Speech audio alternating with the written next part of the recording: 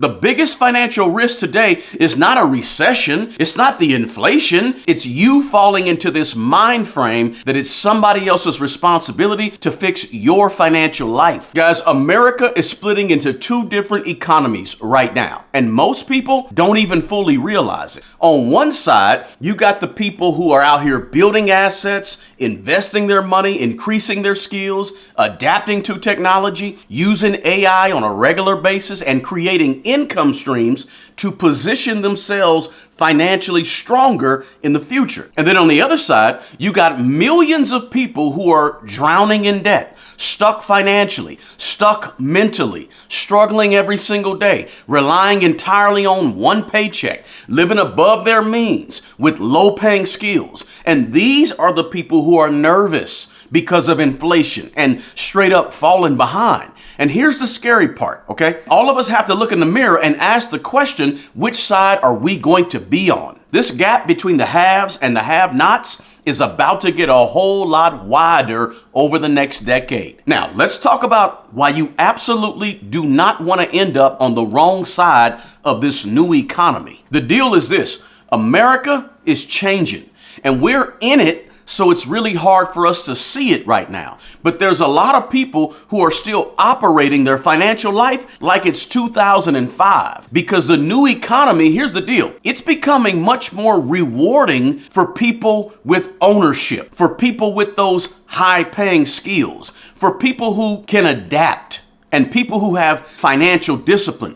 The system is going to reward you really, really well. But it's going to be much more painful for the people that have the high debt and the bad financial habits and the low paying skills and no financial structure. Things are only going to get worse for those people. Now, I think personally that technology is going to accelerate this thing and divide us up even faster. Why? Because AI is doing what? It's increasing productivity. And I still hear people today who say, I don't want to use AI. Just like in 2005, when we were hearing people say, I don't want to get on the internet. All those people got left behind. Companies right now, guys, are becoming streamlined.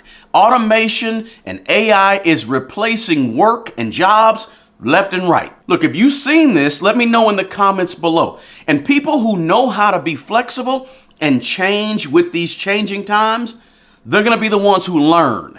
They're going to be the ones out here building. They're going to be the people who are growing, and they're going to be investing, and they are going to separate themselves financially from the people who are staying stagnant. And this is why I keep saying on this channel, average financial behavior is dangerous over the next decade. You can't afford to be average. Last week, we just saw a new Fed chair being sworn in. And because of this new Fed chair, the consensus is that the money supply is about to change in America because the new Fed chair, Kevin Warsh, is hawkish. And that means that over the next 4 to 8 years, at least, we could see higher borrowing costs and a tighter money supply, and money being even more expensive than it is now. So if you're not ready, you're not prepared, and you're not out here working on you and your mindset and your money and your structure, you're just gonna hurt more in these times. And this is where people need to wake up, because the have class is not just rich people, right? Let's be real.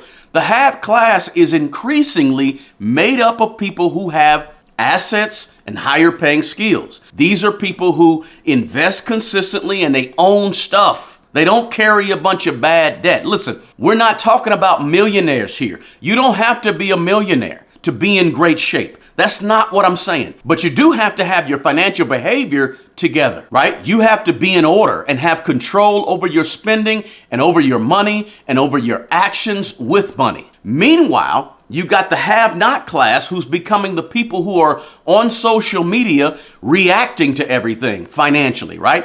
No savings, lots of bad debt, no ownership, no investing, no structure, no plans to grow their future, completely depending on what? One paycheck, one job, or one employer, right? The economy and our society is about to become much less forgiving of your poor behavior with money. I'm telling you, for years, America has operated in an environment of cheap money, right? Cheap mortgages when mortgages was 2 and 3 and 4%, cheap refinancing, cheap debt, cheap car loans, cheap business borrowing, right? But that environment is changing. It's changed already.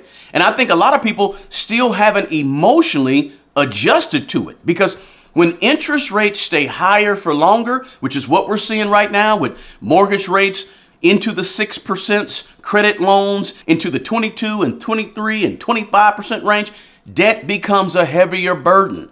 Payments become what? Harder for you to maintain. We see right now delinquencies and foreclosures and late payments going up. Financial mistakes are going to become more and more expensive. And people who don't have structure, who don't have assets, who don't have higher paying skills, you're just going to get squeezed harder and harder over time. This is why I keep telling people, you need to build some margin in your financial life. You got to have some cushion between the money you bring in every month, your income, and the money you send out every month, your expenses. That cushion should be getting bigger and bigger and should be as big as possible, right? And you need to take on new behaviors with money. Forget all the luxury spending, the $200 and $300 pair of shoes and the luxury vacations and the flashy this and the flashy that. Look, you don't need none of that. You got to build some structure and manage your behavior around money. And honestly, guys, I think one of the biggest dangers in America right now is drifting financially. The average person drifting away from personal responsibility, complaining constantly,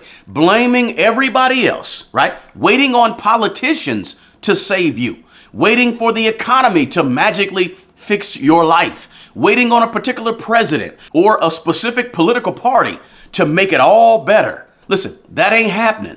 At some point, you have to take responsibility for your own money, responsibility for your own decisions, responsibility for your own future 5 and 10 years down the road. And listen, I don't mean to step on any toes, but somebody's got to say it. Let me be clear. This is not about the color of your skin. This is not about what gender you are. This is not about how old you are, because it don't matter. This is about your personal decisions. It's about ownership of assets.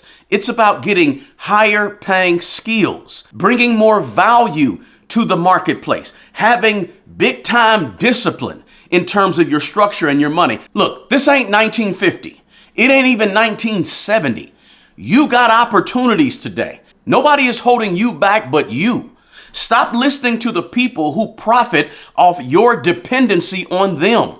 They will tell you how bad things are and how the system is rigged and how the system is designed to hold you back. Listen, people who tell you this, they don't really have your best interest in mind.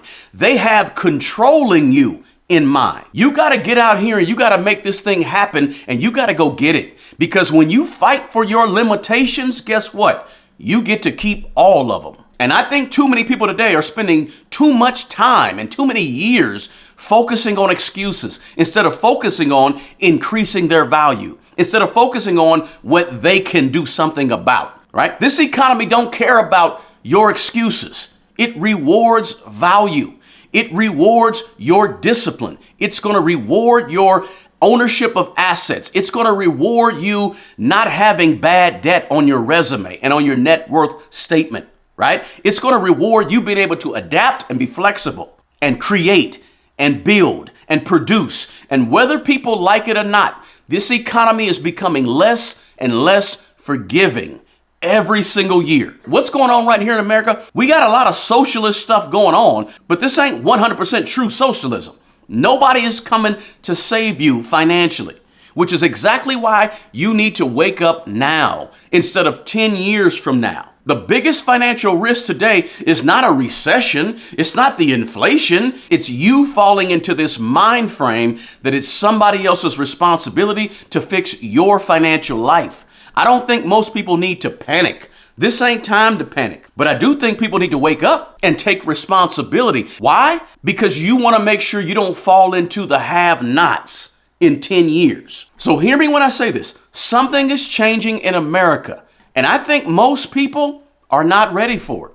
This is why I constantly talk about on this channel getting a financial plan, setting some financial goals that's written down, doing a written budget every single month, getting rid of your bad debt, building some emergency funds that you can pull from if you need to, investing as much money as possible in various places to be diversified, proper allocation, and doing these things like investing consistently.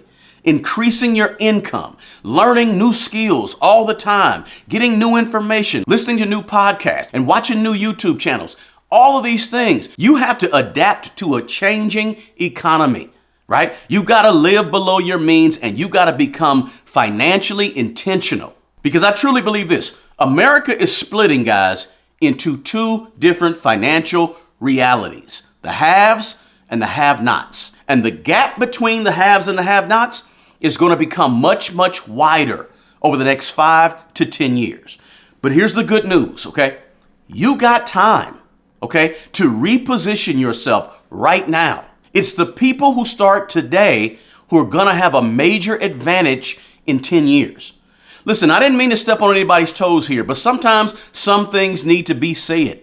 Let me know your thoughts below. Do you think the wage gap is growing in America? And if so, what are you doing today to make sure that you're on the side of the haves and not the have-nots? If you got value from this video, do me a favor, smash the like button and drop a comment below. The absolute best person to take care of the old you is the young you.